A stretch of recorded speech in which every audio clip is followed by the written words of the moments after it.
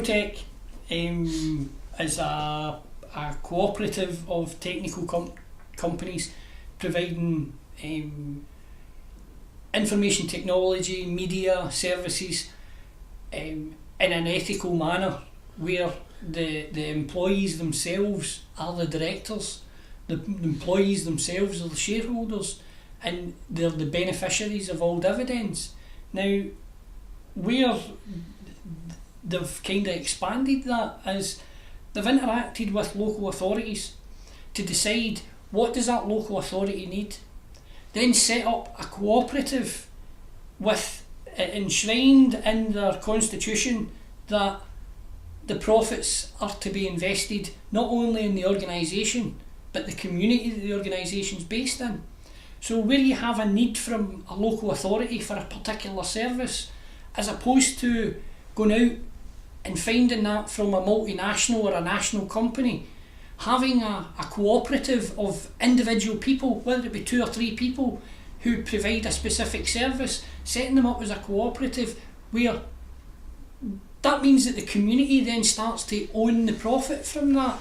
Well, basically you get a company of people. Most of these guys do online stuff, like web design and different things like that, and they set up a cooperative where there's not going to be a boss there. There's just going to be us, 4 people, 6 people, 10 people, and we're going to decide what we're going to do and how we're going to work, and everybody's involved in the discussions and what they're going to do next. And then we pay ourselves decent wages, and then the excess money that the boss would usually get, we plough back into the company, or we use it to help start another company or encourage somebody else, or give out. One of the things that I really loved was one of the companies had got a cleaner working for them, a South American lady who does their cleaning, and so they're thinking of ways of how can she join the cooperative. Not just sort of being the cleaner, but how can she develop the skills to become part of the cooperative. So they put aside 50,000 quid for her education, basically, and they weren't sure what to do about it. So they just says to her, right, what do you want to do? There's 50 quid put aside, and her English wasn't that great, so she set up courses of English, and she was interested in bookkeeping and different things like that, so she set up ideas about bookkeeping. So this was a cooperative firm giving the cleaner 50 grand to upskill herself so she can join a cooperative. Now, years ago, that might not have been that unusual, when firms used to actually pay to train people. Yes. It wasn't the colleges that were training people for cogs to stick in the wheels. Like universities used to sort of train you, educate you a bit, and then it was up to a company to pay for your education about what they wanted you to do in that company.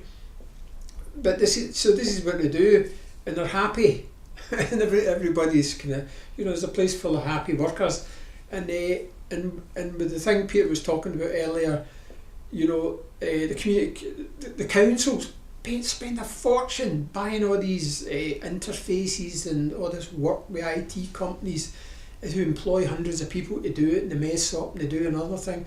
And what you get with these guys is there's maybe 29 and the 29 cooperatives involved in this idea. And imagine setting them loose in the council when they've that kind of attitude. This is about helping people, this is what our moral practice is about, this is this, that and the next thing. Just to explain about... Just think what kind of service you could have if you had people working with that idea. We just need to explain a wee bit about the £50,000. Each of the employees was given £50,000, right? Mm-hmm. And each of the employees was then tasked with finding an investment route to benefit the community with that £50,000. Mm-hmm. It was that because of the limited language skills and the limited exposure to our cultures and the very fact that she did have so little skills, that they decided that it would be a far more ethical use of the money, because obviously she was living in a lower wage because the type of work. So they deemed it a much more ethical process to allow her to invest it in her own furtherment rather than just the community's furtherment. Now that's the thing that would obviously run amok within these processes, because the minute that you start getting these companies investing their profit in the community, then again, as you say, when it becomes another company, then it self-replicates and it propagates, and the next thing you know, then you've got local authorities that don't need to enforce austerity measures, because not only are they getting a much closer related system which costs them less, but the profits that are coming from that are being invested back into that same community. I mean, it just seems natural. Yeah. It just seems like a normal thing for people to do, to support each other. If you take but the situation becomes so abstract that people look at this as a kind of fantasy. But really that's how firms used to operate. They call it utopia. They were kind of cooperatives. You know, they might have not had the whole kind of thing as we're a cooperative and it's all kind of trendy. But they did have that thing about training people. Yeah. You know, even the worst of them always gave out good training. You know, you get DC Thompson or something like that who were sharp anti-union people for the word dot, you know, like 50 years ago. Yeah. And they could rout out union members. But at the same time, a lot of people who would train with DC Thompson says it was the best training you'd ever get. You know, and they would send your granny... Because it makes financial sense for the overall organisation. Well, they would send your granny birthday cards and all this stuff. The only thing that you wouldn't get off them was money. You know what I mean? It was like pay rise or whatever. But you found very few journalists, and there's a lot of really guys that are pretty well known who trained with DC Thompson, and they don't really have a bad thing to say about them because they were set up through the training. Yeah. And that was, you know, a kind of anti-union kind of firm. And we need to get back to this idea about if a firm wants to train somebody, they have to pay for that training. Yeah. You don't get the taxpayer to pay for it through our universities. We send our kids to universities to learn about the world and look after themselves when they come out, and they never learn how to create trade unions or anything like that. You know, that'd be frowned upon. But they learned how to cater to business the whole time, but they're not allowed to cater for their own well-being. And getting back to this kind of idea is... Well, I mean, again, as we're trying to say, it's not all about defining problems, but here we're trying to define a solution.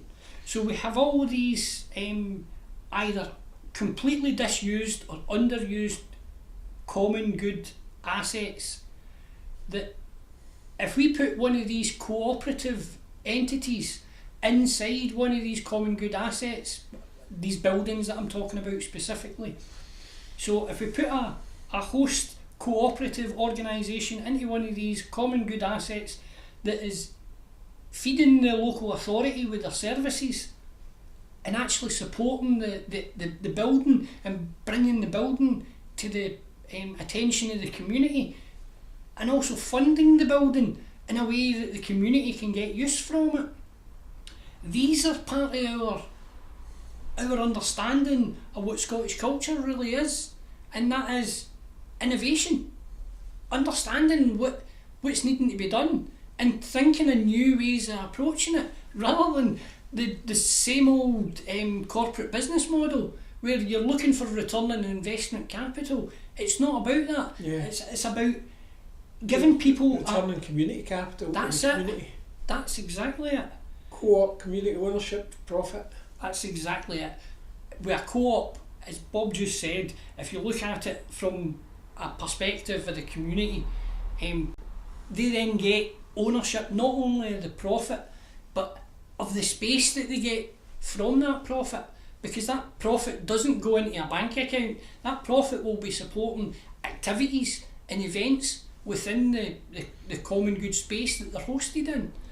But I mean, the problem is people don't... Well, the common good's been around for 500 years, so has been people about a long time who thought a collectivist idea about looking after themselves was a good idea, and it's lasted that amount of time. Yeah. And it's a more natural way for people to live their lives, is looking after each other and all this kind of stuff. But when you speak to people about some of this stuff, they just look at you as if you're daft. You know, people have to loosen up and allow folk to do it. You can't have somebody in the dole getting in, sitting at a computer all day long, filling in forms for jobs that don't exist. You know, where's the innovation in that? Yeah. How can you use their imagination if you're frightened about being homeless, being sanctioned, being this, being... How can people innovate with that kind of idea? And as we spoke about, the size of the rents means that with the low paid work that's available, they can't afford to live, because the minute they take a job, then it excludes them. Which is that in the living rent thing, the wee lassie in the beginning of the living rent thing, it's just a rock and a hard place, you know, the dole's harassing you to get a job. But you'll find this in BBC, you'll find this in mainline media. You can't pay your rent, this. and then you know you get a job, and the job isn't got enough to pay your rent. Yeah, even the guy at Google, you know, the people in California that they're appealing to the guy who owns Google, whatever his name is. You know, he goes in and he wants to talk to his workers, you know, make sure everything's okay, and they're saying, well, we can't afford to live here. We can't afford to, and these guys are making good money, but they still can't afford to live in Silicon Valley or anywhere near it. You know, so you get a guy it's like people in South America sitting on trains for 2 hours going to their work there and back. This is people that's making good money that can't even afford to rent a place anywhere near their work in Silicon Valley. So what hope is there for somebody on minimum wage or a 0 hours contract? Right? How do they get the independence of having a home? Because affordable homes are not affordable for people in that category. Affordable homes are only affordable to the people who have a large amount of disposable income, and that doesn't cover very much of the community. But it's very tough for people. It's tough, and it's okay coming up with ideas, this and that and the next thing, but if you're in that situation, it's very difficult to lift your head. You know, but there must be. I mean, there's people who are reasonably comfortable and you know, could take a few chances or put some money into it or something. You know, or because, I mean, how can anybody be happy with the situation that's going on just now? You know, how can you enjoy that relative security with the amount of stuff that's going on underneath you or up the road for you and stuff like that? But that's what we're here for. Well, again, to highlight things, but also to discuss some of the possible solutions, and hopefully enter into a conversation with people based on what we're saying, and get some sort of, whether it be feedback or critique, because we don't say that we've got all the answers. All we say is we're trying to find the right questions. And the other reason we go to these things, you know, you can go to these Commonwealth housekeeping and the thing in Paisley about Scotland's cultural, and we were doing some workshops a couple of years ago, and one of the ideas was taking young people to the city chambers and the university and just showing them the halls of power, as it were, you know, just saying, look, anybody can come in here, the people in this building are just the same as you and me, same blood coursing through their bodies, these are the guys that's running the city and stuff like that. You know, if you imagine them, you might think there's something else, there's some authority there, but there's not. They're just ordinary punters that you can approach, you can talk to, you can convince, and you can do this. And going to these cultural things, it's the same. Everybody's got ideas, and I think a lot of people that go to these things, they work for a living, they get money off a culture, and everything they think about is channeled through maintaining the wages or paying their mortgage and different things like that. And you need all this fresh innovation. You need people who have got ideas but they don't have the wherewithal or whatever to do it, and you need to let them in, and you need to encourage them, because it's going to get awful bland. So that's probably enough to begin on with. And we'll try and put up some updates, but we're usually around Kinnan Park on a Sunday. Definitely. If you want to talk to a human being, or you can check out the website, or if you want to get involved, let us know if you have any good ideas, if you think there's anything that'd be worth looking into. You'll find an email address and a telephone number. Contact us, have the conversation.